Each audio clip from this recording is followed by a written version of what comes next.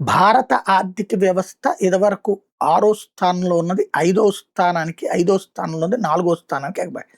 ఇదివరకు 4వ స్థానంలో ఉన్న జపాన్ ఇప్పుడు 5వ స్థానానికి పడిపోయింది.